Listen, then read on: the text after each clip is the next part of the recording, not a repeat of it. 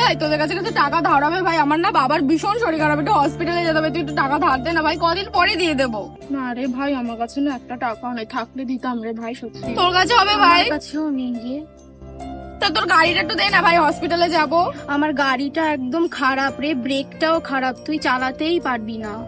ও আচ্ছা ঠিক আছে। টাকা দি, তারপর যে টাকা ফেরত না দেয়, বাবা রে বাবা। আমার নতুন গাড়ি যদি ভেঙে যায় তারপর। এ দাদা ভাই, মা ফোন করছে। হ্যাঁ মা বলো। কি? কখন, কিভাবে? আচ্ছা ঠিক আছে, আমি ব্যবস্থা করে আসছি। কি হলো ভাই, কি হলো ভাই? আর বলিস না, বাবা হসপিটালে ভর্তি, খুব খারাপ অবস্থা, অনেকগুলো টাকা লাগবে। এখন কি করে যে কি ম্যানেজ করি কি বুঝতে পারছি না, আর এতটা দূর কি করে যে যায়। আরে ভাই তুই চাপ নিচ্ছিস কেন? টেনশন করিস না, আমরা আছি তো। আমি লোনের জন্য টাকা জমিয়েছিলাম, সেটা আমি তোকে দিয়ে দেবো, তুই একদম টেনশন করিস না। আরে ভাই, আরে আমি তো আছি, চাপ কিসে? আমার গাড়ি আছে, তাড়াতাড়ি চল, আমি এক্ষুনি কাকুরে দেখি। চল চল চল চল, দেরি করিস না, চল চল চল।